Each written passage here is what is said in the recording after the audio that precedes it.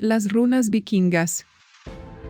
Los primeros sistemas de escritura desarrollados y utilizados por los nórdicos y otros pueblos germánicos fueron los alfabetos rúnicos. Las runas funcionaban como letras, pero eran mucho más que letras en el sentido en que hoy entendemos el término. Cada runa era un símbolo ideográfico o pictográfico de algún principio o poder cosmológico, y escribir una runa era invocar y dirigir la fuerza que representaba. De hecho, en todas las lenguas germánicas, la palabra runa significa tanto letra como secreto o misterio, y su significado original, que probablemente es anterior a la adopción del alfabeto rúnico, puede haber sido simplemente mensaje silencioso.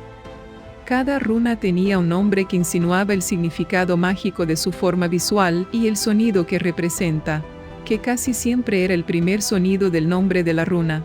Por ejemplo, la runa T, llamada Tiwaz en la lengua protogermánica, lleva el nombre del dios Tiwaz, conocido como Tyr, en la época vikinga. Se consideraba que Tiwaz habitaba en el cielo diurno y, en consecuencia, la forma visual de la runa T es una flecha apuntando hacia arriba, lo que seguramente también alude al destacado papel del dios en la guerra. La runa T se tallaba a menudo como un ideograma independiente, aparte de la escritura de cualquier palabra concreta, como parte de los hechizos lanzados para asegurar la victoria en la batalla. Los alfabetos rúnicos se denominan Futhark por las 6 primeras runas: Feu, Urus, Turisas, Ansus, Raido y Kaunan. Del mismo modo que la palabra alfabeto proviene de los nombres de las 2 primeras letras griegas, alfa y beta. Hay 3 Futhark principales. El Futhark antiguo, de 24 caracteres, el primer alfabeto rúnico completo, cuyo desarrollo comenzó en el siglo I de nuestra era y se completó antes del año 400. El Futhark joven, de 16 caracteres, que comenzó a separarse del Futhark antiguo a principios de la era vikinga, sobre el 750 después de Cristo, y que acabó sustituyendo a este alfabeto más antiguo en Escandinavia. Y el Futhark anglosajón de 33 caracteres, que alteró y añadió gradualmente al Futhark antiguo en Inglaterra. En algunas inscripciones, las 24 runas del Futhark antiguo se dividían en 3 satir, en nórdico antiguo familias, de 8 runas cada una.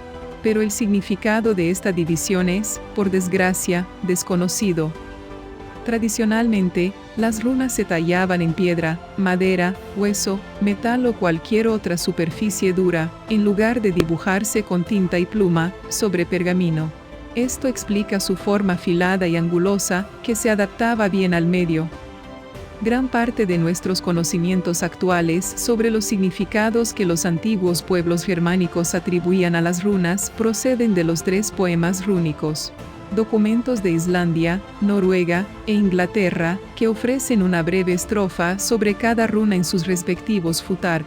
El Futhark joven se trata en los poemas rúnicos de Islandia y Noruega, mientras que el Futhark anglosajón se trata en el poema rúnico del inglés antiguo.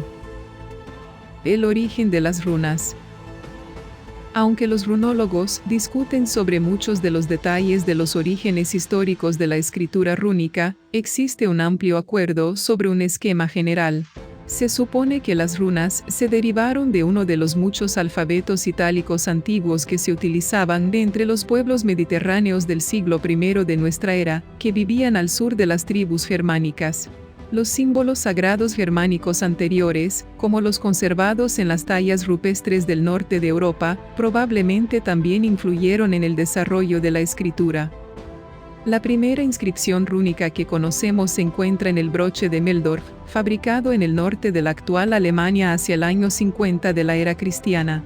Sin embargo, la inscripción es muy ambigua y los estudiosos están divididos sobre si sus letras son rúnicas o romanas.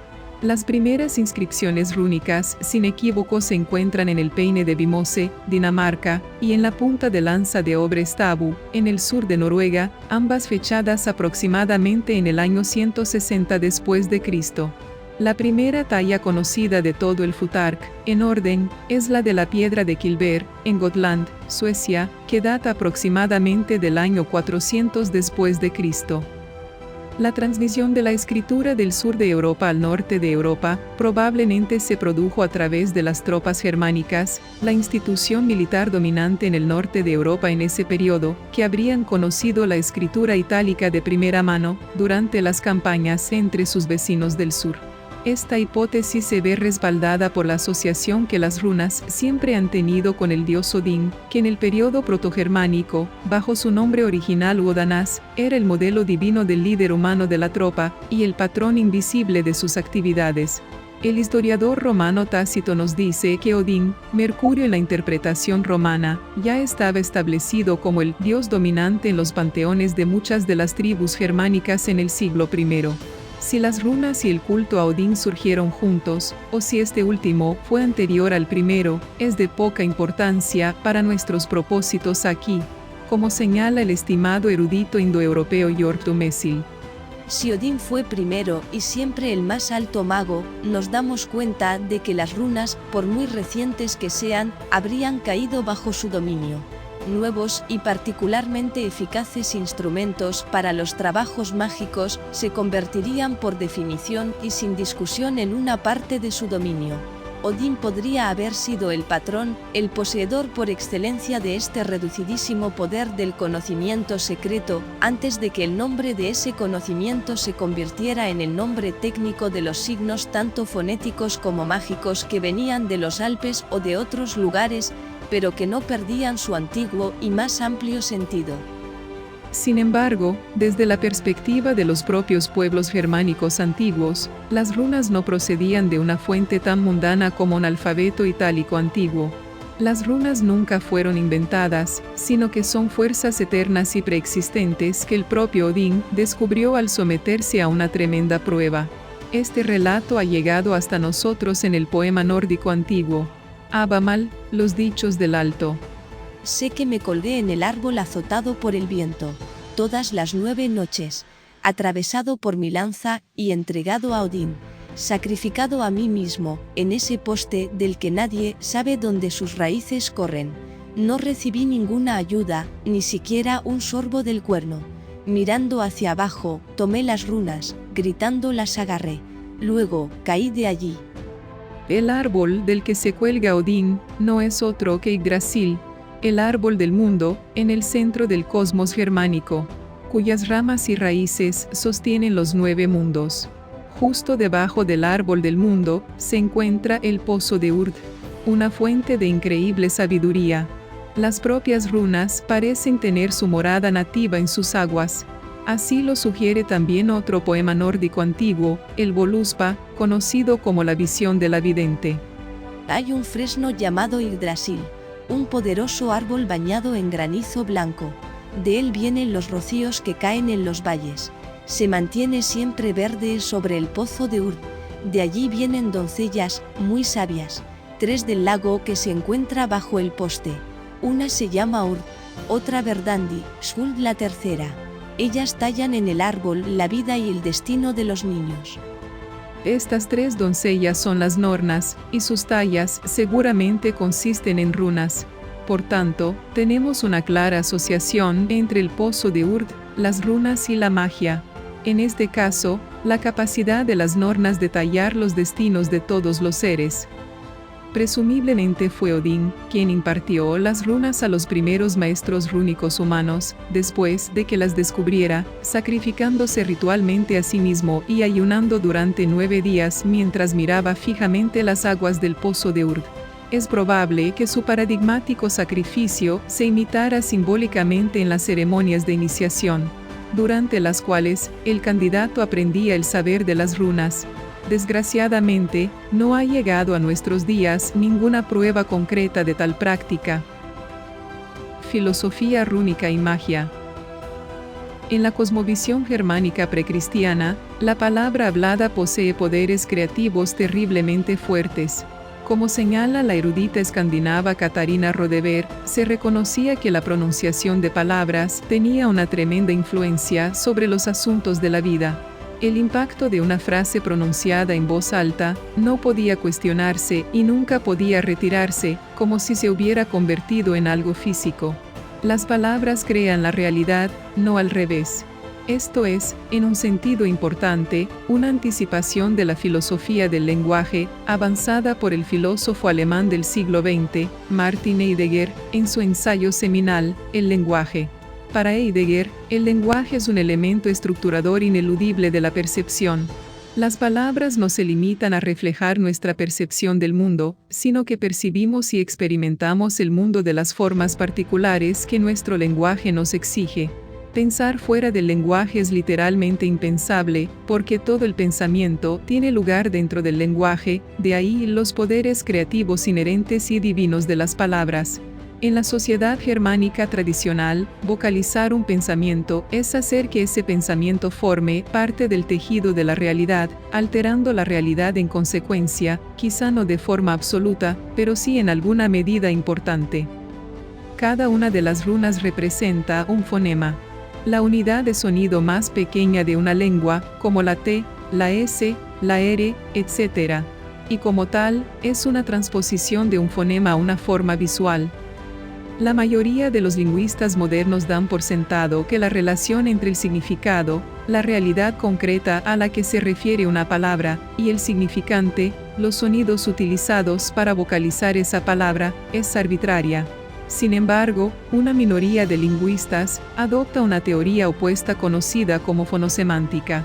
La idea de que existe, de hecho, una conexión significativa entre los sonidos que componen una palabra y el significado de la misma. Dicho de otro modo, el fonema en sí mismo tiene un significado relacionado. La visión fonosemántica del lenguaje coincide con la visión tradicional del norte de Europa, según la cual, las palabras crean la realidad, y no al revés. Las runas, como transposiciones de fonemas, llevan los poderes creativos unidos al habla, a un medio visual. Ya hemos señalado que la palabra runa significa letra solo en segundo lugar, y que su significado principal es secreto o misterio. El poder misterioso que porta el propio fonema. También debemos recordar la prueba a la que se sometió Odín para descubrir las runas. Nadie se colgaría de un árbol sin comida, ni agua durante 9 días y noches, herido ritualmente por su propia lanza, para obtener un conjunto de símbolos arbitrarios. Con las runas, la perspectiva fonosemántica adquiere una capa adicional de significado. No solo la relación entre la definición de una palabra y los fonemas que la componen es íntimamente significativa, sino que la relación entre un fonema y su representación gráfica también lo es. Así pues, las runas no solo eran un medio para fomentar la comunicación entre dos o más seres humanos. Al ser símbolos con significado propio que podían ser leídos y comprendidos por al menos algunos seres no humanos, podían facilitar la comunicación entre la humanidad y los poderes invisibles que animan el mundo visible, proporcionando la base para una abundancia de actos mágicos. En los versos del Voluspa, anteriormente nombrados, vemos que el tallado de las runas es uno de los principales medios por los que las nornas establecen el destino de todos los seres. El otro método más mencionado es por medio del tejido. Dado que la capacidad de alterar el curso del destino es una de las preocupaciones centrales de la magia germánica tradicional, no debería sorprender que las runas, como medio extremadamente potente para redirigir el destino, y como símbolos propiamente significativos, fueran, por tanto, esencialmente mágicas por su propia naturaleza. Se trata de una afirmación controvertida hoy en día, ya que algunos estudiosos insisten en que, aunque las runas pueden haber sido utilizadas a veces con fines mágicos, no eran, en sí mismas, mágicas. Pero consideremos el siguiente episodio de la saga de Egil. Mientras viaja, Egil come con un granjero cuya casa está en la ruta de los vikingos. La hija del granjero está peligrosamente enferma y pide ayuda a Egil. Cuando Egil examina la cama de la niña, encuentra un hueso de ballena con runas grabadas. El granjero le explica a Egil que estas runas fueron talladas por el hijo de un granjero local, presumiblemente una persona ignorante y analfabeta cuyo conocimiento de las runas podía ser, en el mejor de los casos, limitado. Egil, que es un maestro de la sabiduría rúnica, no tarda en percibir que esta inscripción es la causa de los males de la niña. Después de destruir la inscripción, raspando las runas en el fuego y quemando el hueso de ballena, Egil graba un mensaje diferente en runas distintas para contrarrestar la maldad de la escritura anterior. Una vez hecho esto, la chica se recupera. De este incidente se desprende que los paganos del norte de Europa hacían una clara distinción entre los poderes de las runas en sí y los usos que se les daban, mientras que el conjunto de inscripciones rúnicas que se conservan y las descripciones literarias de su empleo sugieren que las runas se utilizaban a veces con fines profanos, tontos o ignorantes. Las Eddas y las sagas dejan muy claro que los signos poseen atributos mágicos propios que funcionan de manera particular con independencia de la utilización que le den los humanos. En el siguiente video te contamos el significado de cada una de las runas vikingas y su energía oculta. Recuerda suscribirte para no perdértelo.